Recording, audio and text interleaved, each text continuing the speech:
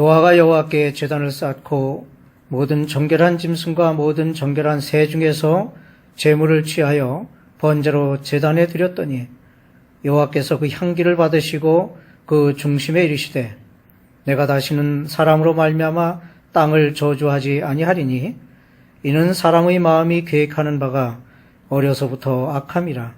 내가 전에 행한 것 같이 모든 생물을 다시 멸하지 아니하리니 땅이 있을 동안에는 심음과 거둠과 추위와 더위와 여름과 겨울과 낮과 밤이 쉬지 아니하리라. 아멘. 이솝우화에 이런 이야기가 있습니다. 사람을 죽인 살인범이 도망을 치다가 나일 강변에 이르렀습니다. 그런데 그곳에서 이리떼를 만나자 옆에 있는 나무 위로 급히 올라갔습니다. 그리고 깜짝 놀라게 되었는데 그 나무에는 큰 구렁이가 입을 벌리고 있었습니다. 할 수 없이 옆에 있는 강으로 뛰어들었는데 결국 강에서 기다리고 있던 악어에게 잡혀 먹히고 말았다는 이야기입니다. 이 이야기는 죄를 지은 인간이 숨어 살 곳이 없음을 이야기하는 것입니다. 홍수의 심판은 바로 죄 지은 인간들을 징벌하시는 하나님의 심판의 방법이었습니다. 홍수가 끝나고 방주 밖으로 나온 노아는 비록 심판의 물이 땅에서 물러갔다 하더라도 눈앞에 펼쳐진 황폐한 그 땅의 모습을 보고서 또 다른 심판에 대한 두려움을 가질 수밖에 없었을 것입니다. 그때에 하나님께서 그런 두려움에 휩싸인 노아에게 나타나셔서 다시는 세상을 물로 심판하지 않으시겠다고 약속하심으로써 그를 위로하시고 소망을 갖도록 하셨습니다. 하나님의 응답은 노아의 정성스러운 예배 후에 주어졌습니다. 예배는 언제 어디에서 드리든 경건하고 정성스러운 예배가 되어야 함을 알게 합니다. 가정 예배나 직장 예배 또는 야외에서 드리는 예배 등 간략한 순서로 드리는 예배에서 예배의 본질을 잃어버린 행사의 하나로 전락하기 쉬운데 이러한 예배 역시 다른 공적 예배와 같이 거룩하신 하나님께 드리는 것임을 명심하고 경건하며 정성스러운 마음으로 드려야 할 것입니다. 홍수 심판의 날은 매우 장엄한 날이었습니다. 왜냐하면 이 날은 하나님의 놀라운 경고가 선포되었고 경고하신 대로 이루어진 날이기 때문입니다. 창조 이후 이때까지 죄로 물든 세상을 멸하지 아니하시고 인내하시다가 드디어 심판으로 멸하셨으니 실로 우리에게 귀한 교훈을 주고 있는 것입니다. 첫째로 홍수 심판은 인간의 본질을 바꿔놓지 못하였습니다. 홍수 이후 남은 사람들은 악이 땅에서 사라졌다고 생각했습니다.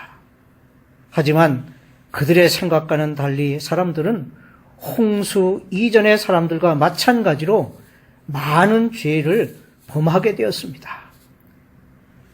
노아는 포도나무 열매에서 만들어진 포도주를 먹고 벌거벗은 모습을 드러내었고 그 결과 어떻게 됐습니까?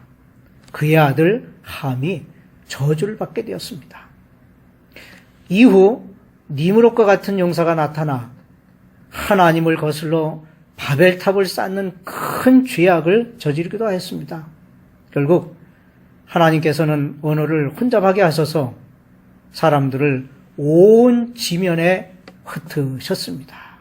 이와 같이 홍수 심판이 인간의 본성을 바꾸어 놓지 못하였습니다.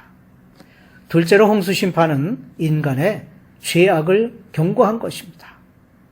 하나님께서는 자신의 아들들이 사람의 딸들을 좋아하여 인간의 딸들과 결혼하며 섞여 사는 것을 원치 않으셨습니다. 무슨 말씀입니까? 하나님의 뜻을 따르는 예배자들이 하나님을 거역하며 폭력으로 악을 행하는 자들과 섞여 사는 것을 원치 않으셨던 것입니다. 이렇게 사람들은 섞여 살면서 자기 마음대로 행하여 많은 죄를 짓게 되었습니다. 하나님께서는 이러한 죄를 짓는 인간들을 멸하지 않으시고 인내하셨습니다. 하지만 하나님께서는 죄 지은 인간을 끝까지 그대로 내버려 두지 아니하시고 홍수로 심판하셨습니다. 그런 의미에서 이 홍수 심판은 우리에게 죄악을 경고하고 있는 것입니다. 또한 이 홍수 심판은 세상 마지막까지 우리에게 선포하시는 하나님의 메시지라 할 수 있습니다. 하나님께서는 죄를 철저하게 미워하시고 또한 죄를 엄격히 벌하시는 분이심을 보여줍니다.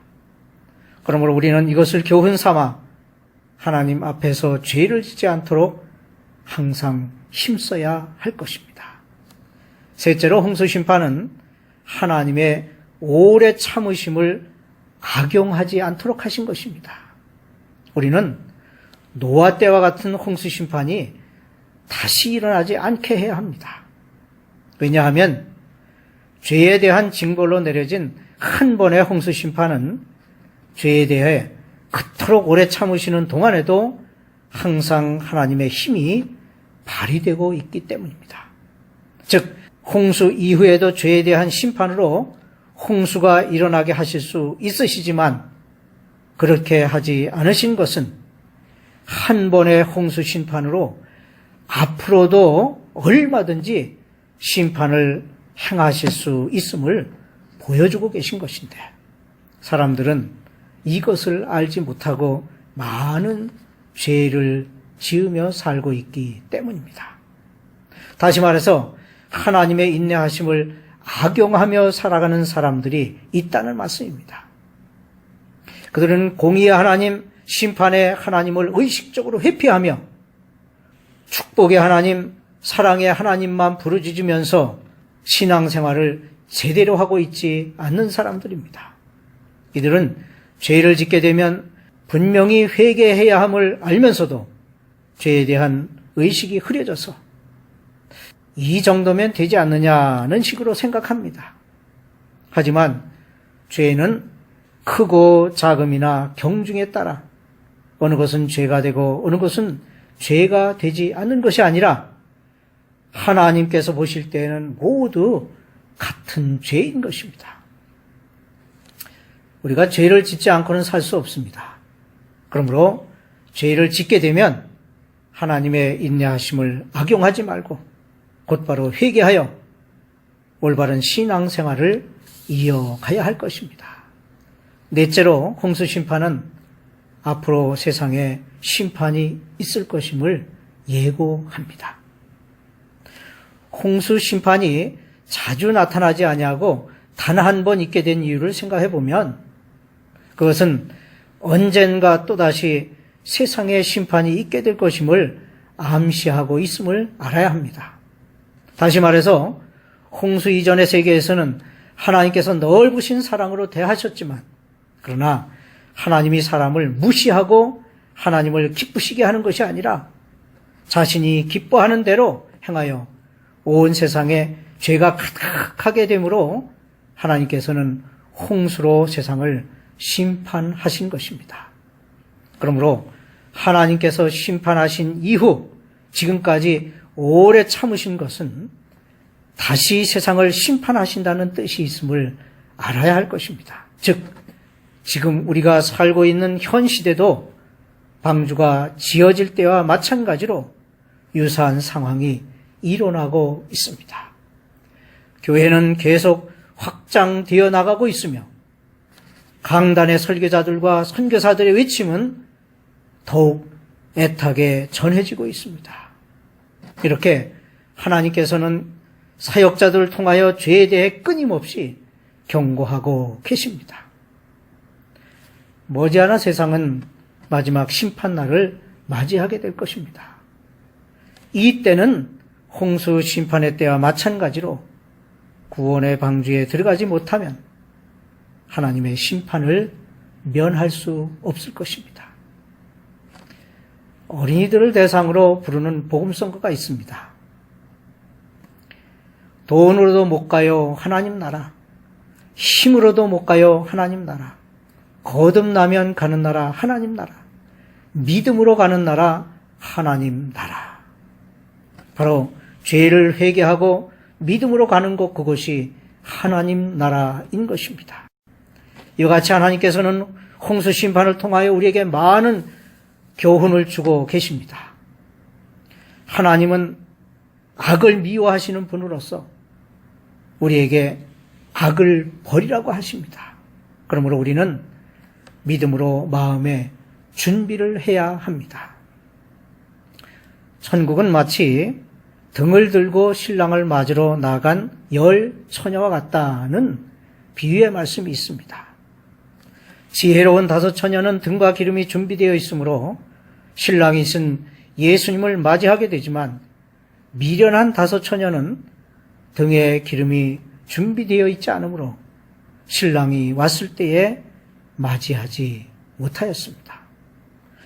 등과 기름을 준비했다는 것은 하나님의 말씀을 신뢰하고 방주를 예비하여 홍수 심판 때에 방주에 들어감으로 구원을 받았던 것처럼 마지막 심판 때에 하나님의 말씀을 믿음으로 받아 죄를 회개하고 순종하는 삶을 살아 구원함을 받게 됨을 말씀하는 것입니다.